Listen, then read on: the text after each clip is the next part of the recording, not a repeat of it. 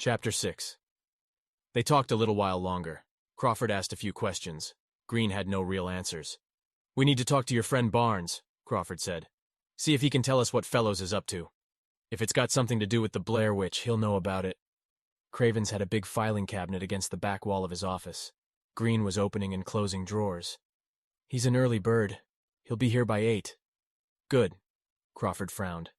"What are you up to?" "Cravens usually, Green had the bottom drawer open. He smiled now and reached in the back. "Jackpot." He pulled out a bag of Oreo cookies. "Want some?" Hell, yes. They weren't donuts, but hell, it was going on 2 a.m. He and Crawford had been up since 6:30. He got up and got himself another cup of coffee, too. If Barnes was coming in at 8, there was no reason to get a motel room. He'd crash on the couch if he got tired. In the meantime, "How about you show me your terminal?" Crawford said, ripping open the Oreo pack Green had given him. "And we see what we can find on NCIC. NCIC's database was gathered from local and state police departments all across the country, accessible to those same departments via proprietary terminals. Burkittsville's terminal was in the anteroom outside Craven's office. Crawford pulled up a chair, set down his coffee cup, and logged on. "We want the missing persons database." He'd never considered himself a computer person, but after the last 9 months, working with the system was old hat to him. He entered a few quick key commands. A form popped up on screen, asking him to fill in height, weight, age, etc., all pertinent descriptors. Normally he'd copy the information right off the autopsy report. Right now he filled in his best guesses. The screen went dark a moment as the system processed his request. 9 names popped up. 6 had pictures with them. Thumbnail images loaded next to their names. None of them were the girl in the coffin. Crawford looked at the other 3 listings. The first 2 were runaways: a Hispanic teen from San Diego, a police officer's daughter from Kansas City. The third was a girl from the Nanticoke Indian Reservation near Keedysville, Maryland. She'd been reported missing by her grandfather 3 weeks ago. Green was leaning over his shoulder. "Keedysville's 20 minutes north of here." Crawford nodded. "Could be her." Green called the reservation police. He was only on the phone for a few seconds. "Think I just woke somebody up." He was smiling as he hung up the phone. "They got her picture?" "They'll find it. Guy said to give him a few minutes. He'll fax it through." Crawford nodded. Suddenly he felt sick to his stomach. The sugar and the caffeine, he guessed. What else could it be? He looked at his watch. 2:14 a.m. "I'm going to lie down a minute," he said. "Come get me when that picture comes in, all right?" "Okay." Crawford walked back into Craven's office, kicked off his shoes, and lay down on the couch. His head was spinning now. It felt like food poisoning, not simple nausea. He closed his eyes and daydreamed. Little stickmen with missing limbs. A little girl, playing in a stream with her friends. The girl screamed and disappeared beneath the water. Crawford realized it was his daughter, Anna. The next thing he knew, a man and a woman were yelling at each other. He sat bolt upright and looked at his watch. It was 20 to 3. He'd been out for about 25 minutes. He felt groggy, as if he'd been asleep for days. His brain was a fog.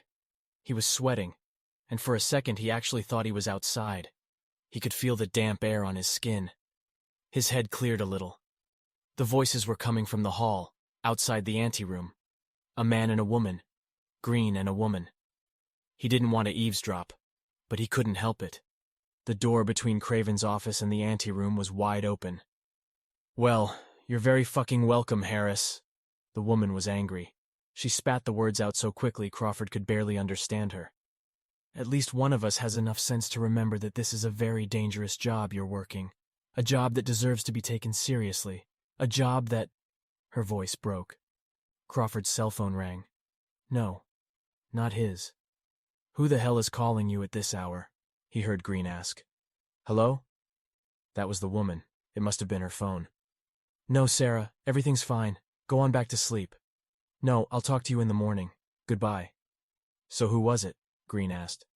"My sister," the woman again. "She wondered why I was driving off in the middle of the night." Green said something in a quieter voice. Crawford couldn't quite make it out.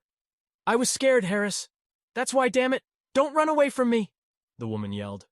Suddenly the two of them were there, in the doorway between Craven's office and the anteroom. Crawford sat up on the couch, fumbled around for his shoes. Detective. Green's face was flushed. Crawford couldn't tell whether it was from anger or embarrassment. The woman was wearing jeans and a t-shirt. She had a yellow slicker draped over her arm. In one hand she held a cell phone, in the other a handkerchief, which she was wiping her eyes with. Her hair was long, dirty blonde, and wet. The mascara on her right eye was running. Green cleared his throat. Kristen, this is Detective Crawford from Baltimore.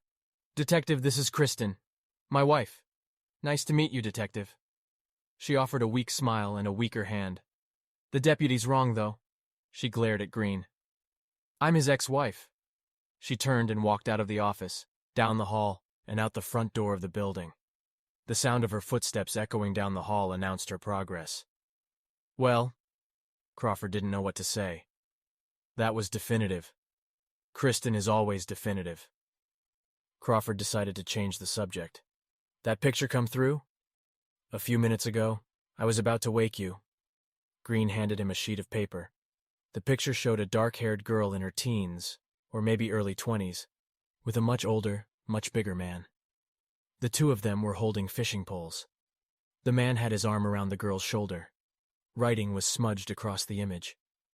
Crawford couldn't quite make it out, but the image itself was clear enough. It's her, I think, Green said. I think you're right. Crawford read her name off the fax. Jessica Elder. Green called the reservation police again. He told them about Crawford and the task force. They agreed to fax over more information on Jessica Elder. This reservation, Crawford said. How big is it? Not very. Maybe 100 people living there. Good place for somebody like Fellows to hide. Not really. It's like a small town. Everybody knows everyone else. A stranger would stick out like a sore thumb. Crawford's cell phone rang. He pulled it off his belt and answered, Hello? You're in deep shit, buddy. It was Doyle. What the hell? Are you working? No, I'm doing the fucking dishes. Of course I'm working. In the background, Crawford could hear the television going full blast. You're not working. You're in Burke's office. Burke was a lieutenant at the 10th Precinct. He had a big screen TV and a couch twice the size of the one in Craven's office. Forget the coffee room. When you worked the graveyard shift in the 10th, you ended up in Burke's office. Yeah, I'm in Burke's office. And you're in deep shit. You said that already. Crawford watched Green, who for some reason had taken his service revolver out. Well, it's true. Guess who called Janice about an hour ago from her parents? Shit. Sharon. That's right, numbnuts. What are you doing, you fuck? You're supposed to be on vacation, not flying all over the country. Fellows didn't get a copy of my schedule. Green held up the index finger of his right hand, indicating he'd be back in 1 minute, then left the office. Yeah, well, your schedule's going to be a lot more open if you don't let Maris handle things once in a while. He's the one in charge. Maris could give a rat's ass. It wasn't strictly true, but that was the way Crawford felt most of the time. Maris, the chief of police down in Lairdsville, was nominally in charge of the task force. Nominally, because for most of the summer, Maris had been in upstate New York on vacation. I'll call her in the morning. You better do more than call, buddy. That's all I gotta say. Crawford sighed. Thanks for the heads up, anyway. When are you gonna get your sorry ass back in here and start doing real police work again? He and Doyle hadn't seen much of each other since Crawford had gone on the task force. Now that he thought about it, though they talked at least once a week, they hadn't seen each other at all. Don't know. Things are still a little... He searched for the word. Squirrely here. He told Doyle about Jessica Elder. Then he told him about the Blair witch. There was silence on the line. That case just keeps getting stranger and stranger. Playful a moment ago, Doyle's voice was dead serious now. You keep your eyes open. I will. Don't worry. How's the 10th? Exactly the same. Nothing around here ever changes. Doyle told him about a shooting that had taken place outside a rock concert earlier that night. I got a bunch of dumbass mopes parading in and out of the station telling me, I didn't see nothing, Ossifer. I'm sure you'll straighten it out. Green came back in. Yeah, well, you make sure you straighten your shit out, all right? Doyle cleared his throat. I gotta get back to it, all right? You take care now. Yeah, you too. And thanks. Crawford hung up. Shit. He thought Sharon understood this thing between him and Fellows. The man just had to be stopped, that was all. In the argument they had had just before he'd gotten on the plane, he'd used the phrase, "before he kills again." Now he had killed again. It only made it that much more important. Was it more important than his family? Jesus, what kind of choice was that? What's the matter? My wife. Crawford gave a half-hearted smile. You and me, deputy. We're both in the shithouse. Hope it's nothing serious. She took the kids to her parents. Oh, that's, serious. Yeah. Crawford thought about his kids. Anna was 5.5, Donnie was almost 3. You couldn't keep him still. Anna was the same way. She hit the ground running at 7 a.m. every morning. The playground, the pool, acrobatics classes, soccer. He suddenly realized he hadn't been to one of Anna's soccer games all summer. You'll work it out, Green said. For what it's worth, Detective, you seem like the kind of guy who'll work it out. Thanks, Deputy. Harris. All right, Harris, Crawford nodded. You call me Randy. Okay. So, you going to work it out with your wife, Harris? I don't know. It's tough. He shook his head. I mean, she doesn't really want me to be a policeman. That's a problem. For all the fights he and Sharon had, she never got on him about his career choice. She's scared, huh? Yeah. Green shook his head. My own stupid fault. You can't help what you do. No, I mean, Green reddened. This is embarrassing. Crawford had to smile. And telling me all that stuff about the witch wasn't? Yeah, well... The deputy shook his head. Why Kristen was here, what got her so scared, was that I forgot the clip from my revolver at home. What?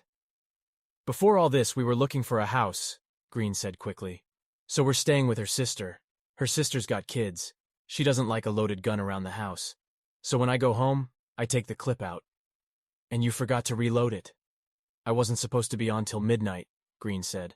Got a call at home from Hart about all this, asking if I could get you at the airport. Walked out the door in a hurry and just forgot. But you have the clip now. Oh yeah, she brought it to me. Green patted his holster. I'm all set. The fax machine beeped. The information on Jessica Elder came through. Crawford glanced over it quickly. She was 22 years old, born April 24th, 1969. She'd had a hard life. Her mother was dead, died in childbirth, judging from the date on the report. Her father was a full-time resident of the Maryland penal system. She'd been raised by her mother's parents, taken their name. She was a high school graduate, decent student, spent 2 years at a local community college, then switched over to nursing school. The night of July 20th, she had gone out dancing with friends in Hagerstown. She had never come home. July 20th. That's 3 weeks Fellows had her. Green shook his head. Why? Crawford thought about Rustin Parr's basement, and what he'd done to the kids he kidnapped. Maybe that's another question for your friend Barnes. Even as he said it, though, he wondered, how would Fellows have learned all these things about the Blair witch? How would he have learned the details of Parr's crimes to copy them? The grandfather filed this, Green said, holding up the last page of the fax. It was the missing persons report. Should we call him? Crawford never believed in letting bad news wait. For all he knew, the old man was lying in bed, tossing and turning, unable to sleep. Yeah, he said, picking up the phone. Why don't you read me off the number?